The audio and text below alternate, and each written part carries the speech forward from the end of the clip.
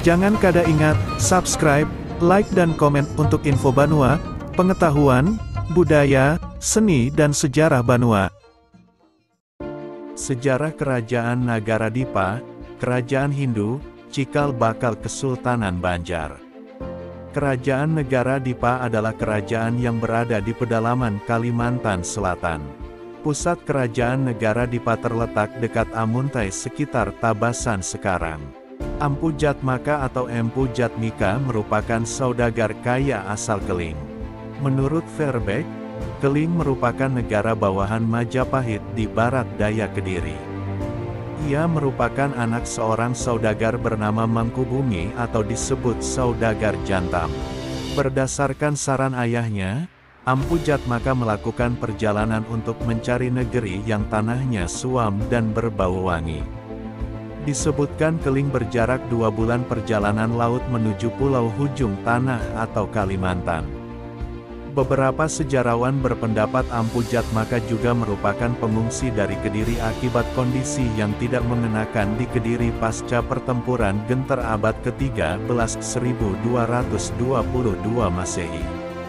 Ada sejarawan yang meyakini pula perjalanan ekspedisinya ke Kalimantan merupakan kebijakan ekspansionis Hayam Wuruk yang pada tahun 1355 yaitu ekspedisi ketiga, menyerang kerajaan Dayak Maanyan nan Sarunai yang bercorak keharingan. Beberapa peninggalan pertempuran bisa ditemukan seperti pertempuran pertama terjadi, April tahun 1358, pertempuran kedua terjadi Desember tahun 1362. Serangan-serangan ini yang diingat dengan nama Nan Sarunai Usak Jawa oleh suku Dayak Maanyan mengakibatkan runtuhnya kerajaan Nan Sarunai. Empu Jatmika kemudian mendirikan kerajaan Nagara-Dipa bercorak Hindu tahun-tahun 1387. Dengan mendirikan negeri Candi Laras yang terletak pada sebuah anak sungai Bahan di sebelah hilir. Ia menjadi bawahan Raja Kerajaan Kuripan, kerajaan lokal yang sudah lebih dahulu berdiri. Kemudian Empu Jatmika memerintahkan Bentara Kanan Tumenggung Tatah Jiwa, memperluas wilayah dengan menaklukkan daerah Batang Tabalong, Batang Balangan, Batang Pitap dan daerah perbukitan sekitarnya yang dihuni suku Dayak Meratus. Ia juga memerintahkan Bentara Kiri Arya Megatsari menaklukkan daerah Batang Alai, Batang Labuan Amas, Batang Amandit dan daerah perbukitan sekitar daerah-daerah tersebut. Setelah itu ia memindahkan ibu kota dari negeri Candi Laras ke negeri Candi Agung, Candi Kuno di hulu sungai Bahan, yang terletak di sebalik negeri Kuripan. Seperti yang dijelaskan tutur Candi, Raja Kuripan yang tidak memiliki anak mengadopsi Empu Jatmaka sebagai anak dan penerus tahta Kuripan. Empu Jatmaka merupakan penerus ayah angkatnya Raja Tua Kerajaan Kuripan, namun Empu Jatmaka menganggap dirinya hanya sebagai penjabat raja atau sakai dengan gelar Maharaja di Candi. Negeri Kuripan, negeri Candi Laras dan negeri Candi Agung dan ditambah negeri Batung Batulis dan Baparada atau Balangan, yang disebutkan di dalam Hikayat Banjar Resensi 2. Maka daerah-daerah inilah yang awal mula menjadi wilayah kekuasaan kerajaan Nagara-Dipa. Empu Jatmika yang merupakan keturunan Waisya atau pedagang, membuatkan patung sepasang dewa dan dewi dari kayu jati di Candi Agung sebagai simbol raja yang disembah rakyat. Akan tetapi patung tersebut rusak sehingga diganti oleh patung gangsa atau besi yang dibuat oleh orang Tiongkok. Kalau nama Kuripan ini dipertentangkan dengan negara Daha kemudian, jelas keraton di atas Amuntai ini adalah Tanjung Puri. Pada saat Tanjung Puri masih jaya, rupanya daerah Nagara-Dipa ini adalah bandar utamanya. Setelah Nagara-Dipa menjadi keraton dan pusat pemerintahan baru, bandar dipindahkan ke Nagara Daha. Setelah Nagara Daha diubah menjadi keraton dan pusat pemerintahan baru, bandar dipindahkan ke Muara Bahan, Marabahan. Menurut tutur Candi, kerajaan Nagara-Dipa semula beribu kota di negeri Candi Laras distrik Margasari, dekat hilir Sungai Bahan, tepatnya pada suatu anak Sungai Bahan. Kemudian ibu kotanya pindah ke hulu Sungai Bahan, yaitu negeri Candi Agung. Kemudian Ampu Jatmika menggantikan kedudukan Raja Kuripan, negeri yang lebih tua, yang mangkat tanpa memiliki keturunan, sehingga nama kerajaan Kuripan berubah menjadi Kerajaan Negara Dipa. Ibu kota waktu itu berada di Candi Agung yang terletak di sekitar hulu Sungai Bahan, yang bercabang menjadi Sungai Tabalong dan Sungai Balangan dan sekitar Sungai Pamintangan atau Sungai Kecil anak Sungai Negara. Ampu Jatmika memiliki dua orang anak bernama Ampu Mandastana atau Empu Mandastani, dan Lambung Mangkurat atau Lembu Mangkurat yang dipercaya merupakan tokoh Dayak Maanyan bernama Dambung Mangkurap. Berdasarkan sejarah lisan, sebelum Ampu Jatmika meninggal, dia memerintahkan kedua anaknya untuk membuang patung Gangsa yang menjadi simbol Raja ke laut. Ampu Jatmika dan anaknya Lambung Mangkurat tidak menjabat sebagai raja, karena mereka keturunan Waisya. Jika mereka menentang, maka mereka akan mengalami malapetaka. Lambung Mangkurat menggantikan Ampu Jatmaka sebagai penguasa kedua negara Dipa dengan gelar Ratu Kuripan. Sejak masa pemerintahan Lambung Mangkurat, ia berhasil memperluas wilayah negara Dipa yang terbentang dari Tanjung Silat sampai Tanjung Puting.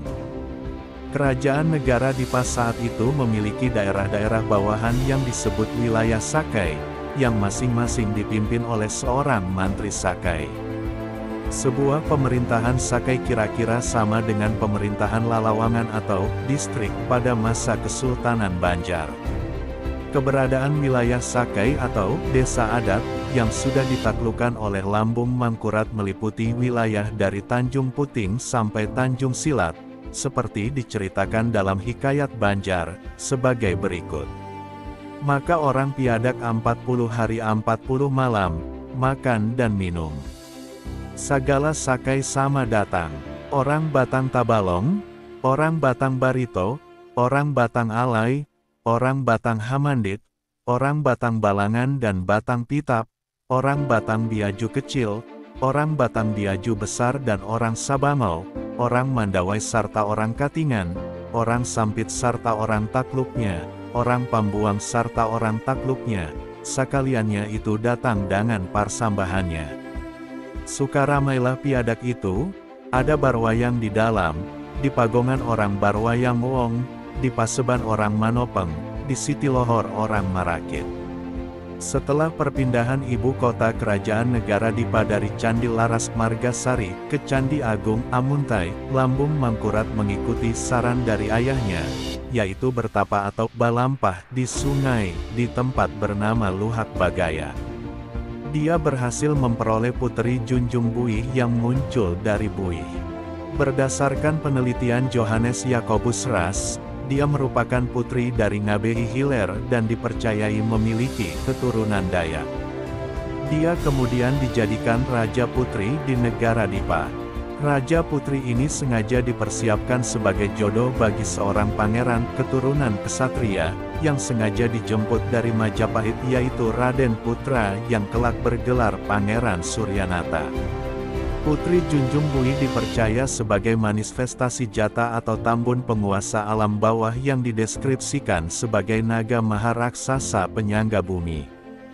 Pernikahan Pangeran Suryanata yang melambangkan pengeran matahari dengan Putri Junjung Buih memiliki dasar di kepercayaan lokal Kaharingan akan persatuan langit dan air.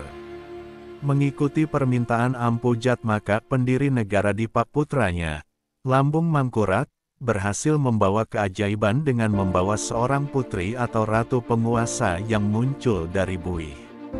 Putri Junjung Buih, seorang putri yang diangkat sebagai Raja Putri, sementara Lambung Mangkurat menjadi Mahapati. Akan tetapi Putri Junjung Buih yang saat itu belum menikah, Lambung Mangkurat pergi ke Jawa untuk meminang seorang Raden Putra, Pangeran Majapahit keturunan kesatria untuk dinikahkan dengan Raja Putri Junjung Buih. Raden Putra ini memerintah dengan nama Maharaja Suryanata. Keturunan Lambung Mangkurat dan keturunan Putri Junjung Buih dengan Pangeran Suryanata inilah yang kelak sebagai raja-raja di negara Dipa leluhur para Pangeran Banjarmasin. Kepercayaan tentang pentingnya keturunan raja untuk memimpin kerajaan akan berlanjut dari negara Daha hingga Kerajaan Banjar. Menurut beberapa sejarawan, Maharaja Suryanata ini tidak lain adalah kuda Benjaran Sari atau Cakranagara, Pangeran Majapahit putra Angkawijaya, yang menurut sejarah Pulau Jawa oleh Raffles, dikirim ke Banjarmasin dengan banyak kapal dan pasukan sebagai penguasa sekitar tahun-tahun 1437 sampai tahun 1438. Begitulah sejarah kerajaan Nagara Dipa yang diambil dari berbagai sumber, dan juga dokumen-dokumen tua seperti Hikayat Banjar dan Tutur Candi. Jangan kada ingat, subscribe, like dan komen untuk info Banua, pengetahuan, budaya, seni dan sejarah Banua.